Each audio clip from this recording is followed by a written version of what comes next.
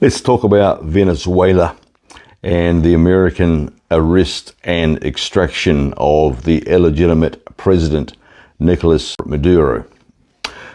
I've waited a little while to wade into this subject, wanting to listen to the arguments from the left or right. Basically, the left are claiming this was illegal, and there was probably realistically some, and I say this probably conservatively, some TDS, Trump derangement syndrome, involved here, that no matter what Donald Trump does in his administration, the left, the Democrats, are going to be against it. They're going to hate it as they hate him. But they're claiming that it was illegal, and it looks like they'd have to be leaning towards international law to even try to make a case about extracting an indicted narco-terrorist criminal for judicial purposes and arresting him in his own country, yes, and taking him back to the US for trial for his indicted crimes against the United States. So that seems to be where the left is coming from, and many people are also saying, who may not be far left or leftists, saying that it's all about the oil. That the only reason that Trump and the administration went into Venezuela is because they want the oil. So here in New Zealand, I'm a bit over listening to our politicians here, but the gist I've picked up on is that there's a general sense of condemnation towards Donald Trump and the US for extracting and arresting this illegitimate dictator, this narco-terrorist dictator, from Venezuela. That's the gist I've got. And we saw Helen Clark on the news the other day condemning it as illegal, blah, blah, blah. Typical New Zealand, which is very left-leaning, namby-pamby without much backbone. Now, from the perspective of the right, what I'm hearing from the right is this was indeed a legal arrest and extraction from Venezuela of a narco-terrorist, illegitimate president, a tyrant, oppressing and destroying his own people and nation, and that he was being extradited back to the US to stand trial for his crimes against the American people. And the right are saying that his drug trafficking and industry is resulting in about 200,000 American deaths per year. That's huge, isn't it? So they have a claim for a very solid legal base, going back to the Monroe Accord, back in their history, allowing them to protect American interests. And also in terms of the oil, what I'm hearing is that America put in billions of dollars of infrastructure and contractual arrangements with Venezuela. They were basically cut off with all the infrastructure and capital seized by Maduro and Venezuela. And they are saying, we want that back. We want some payback for that. So yes, they are wanting oil from Venezuela. Now, in the backdrop of that also, be thinking about this. There's also a global security issue here. Cutting off the oil supply in Venezuela from Russia, Cuba, and other enemies, I could put it that way, adversaries, is a very smart and strategic move. So basically, Russia was apparently bringing oil into Venezuela and selling it through Venezuela to their customers to kind of veil it because of the sanctions that have been held off against Russia and Russian oil, that America has put large sanctions against buying Russian oil. So Russia apparently has been basically laundering their oil through Venezuela. Now, America taking control of Venezuela for the time being until a democratic government is in place effectively means it cuts off this oil laundering process, which is going to basically undermine Russia. And think about it, a means to putting pressure on Russia to stop the bloodbath killing of about 30,000 human beings per month in the Ukraine-Russian war. Trump's a smart man. He doesn't just work on a two-dimensional basis. Taking control of Venezuela, one, means they can get back some of the resources that were stolen from Maduro and his illegitimate tyrannical dictatorship government.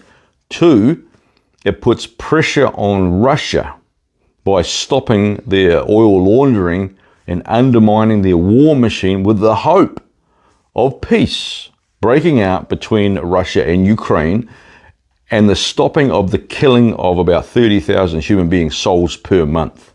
So Trump wants to stop the killing of at least 200,000 Americans per year, or one of the vehicles to it, through stopping this fentanyl drug trafficking that comes out of Venezuela, goes in through Mexico, and then from Mexico into the United States.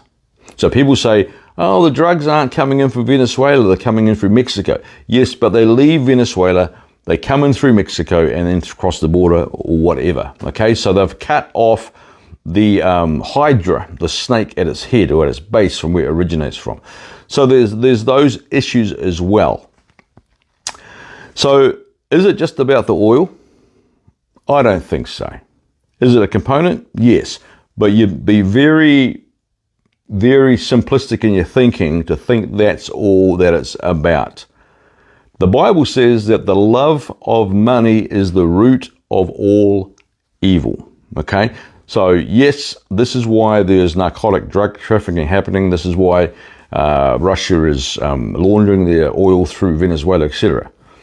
But the love of money is the root of all evil. The Bible does say that. It's an issue. Oh, by the way, before I move on, this also puts pressure on Cuba because basically Venezuela is keeping Cuba afloat, a communist country led by a dictator who's oppressed the people into poverty in Cuba, again, under communism, extreme socialism, which ends in communism.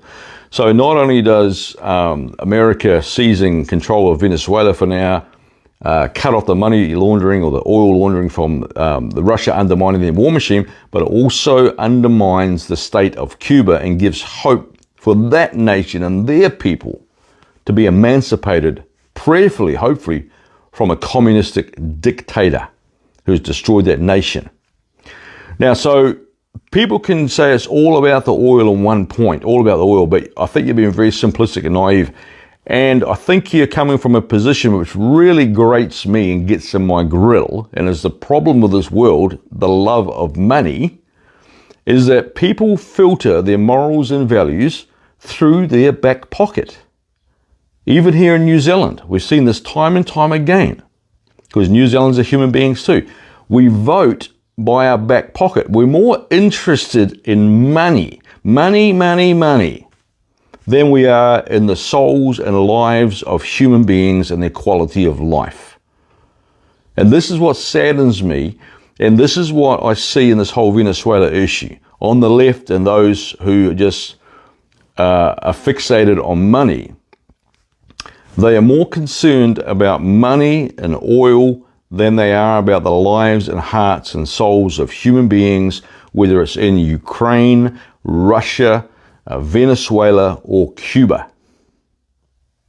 Now, let's say hypothetically, being the devil's advocate as a figure of speech, let's just say it was all about the oil.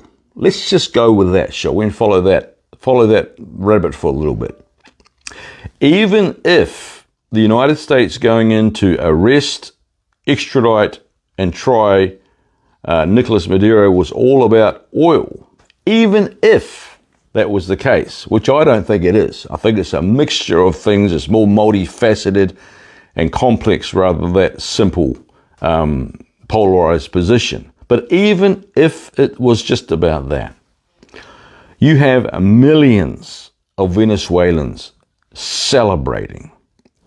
I'm sure in Venezuela as well as outside Venezuela, all around the world. Why is that, do you think? Why are they celebrating in the streets by the millions? These people have been under the direct oppression of a communist dictator, a narco-terrorist, would you believe? Factually, no doubt about it. Trafficking drugs,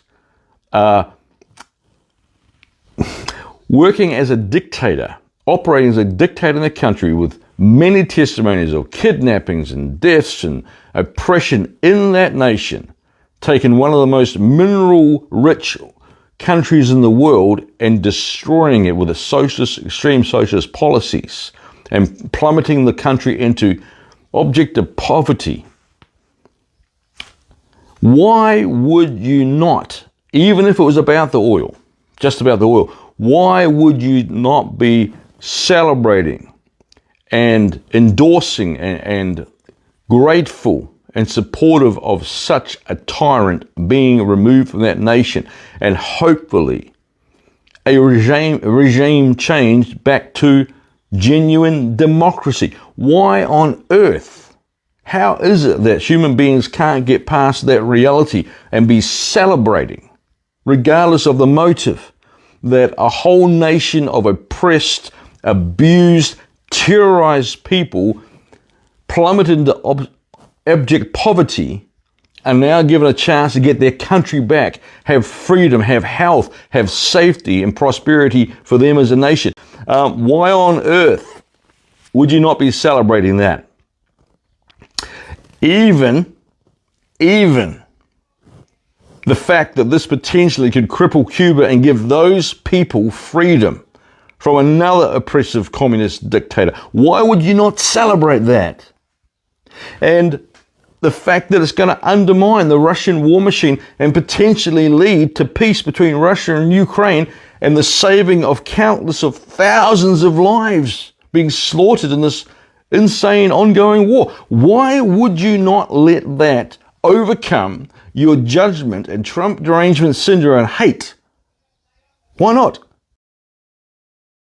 And not to mention the fact, getting back to fact and reality now, it was a legal extraction, it was a legal arrest, a judicial arrest with the support of the military under very strong legal precedent. It was not a declaration of war against Venezuela. It was a war on narco-terrorism. So this is the propaganda and the spin of the left. Oh, yeah, war with Venezuela. No, it was not a declaration of war. That's just a bull-faced, deceitful lie. It was an extraction of a illegitimate tyrant dictator who had no place in that government, who overthrew it, would not relinquish power, a man who was trafficking drugs through Mexico, whatever, resulting in the deaths of hundreds of thousands of American citizens. Why would you not celebrate the removal of this man? Does it set a precedence just going to every country and ripping out their leaders? No, it doesn't. This is a very, very specific contextual situation. This man was indicted in 2020. That indictment was supported by the Democratic government. Joe Biden, Kamala Harris put I think it was a $25 million price on this man's head. Trump got it done.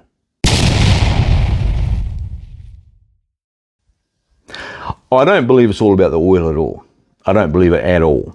Trump has proven over and over again he does have a heart for people, for their lives, and he is a businessman, but as he said himself, that's not as important as the saving of people's lives.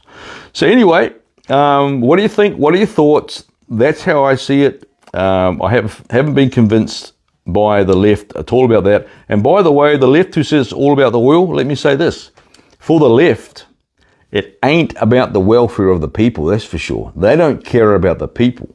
What they care about is, one, Trump derangement syndrome. They hate Donald Trump and anything he does. So anything Donald Trump does is bad as far as they're concerned. Two, the money and the political narrative behind these protests are really all about socialistic, communistic agenda and narrative that they want to see the world over. That's my thoughts, my view. What do you think? Leave comments. If you agree with me or you think this video should be shared, go ahead and share it. Bye for now. God bless. Matewa. See ya. Venezuela, Venezuelan people are criticizing Trump for what he did in Venezuela. They say he bombed and kidnapped our president. No. Let me be clear. That man was never our president. He is a dictator. We didn't vote for him. Our elections were stolen. And when we protested, our kids were sent to prison. Minors were tortured. Girls were forced to prostitute themselves in prisons just to get food, to get a piece of bread. And where were all of you then? Where were all of you, liberals? Where were all of you? Where were all of you? You said nothing. You did nothing. But now you suddenly care about international law? I mean, now you all talk about human rights? Maduro didn't lead Venezuela. He kidnapped an entire country. So, no, Trump didn't kidnap anyone. No, he did not. He removed our kidnapper. And for that, we're thankful. You can divide politics all you want. But don't tell Venezuelans, do not tell Venezuelans how to feel about being free from a dictatorship.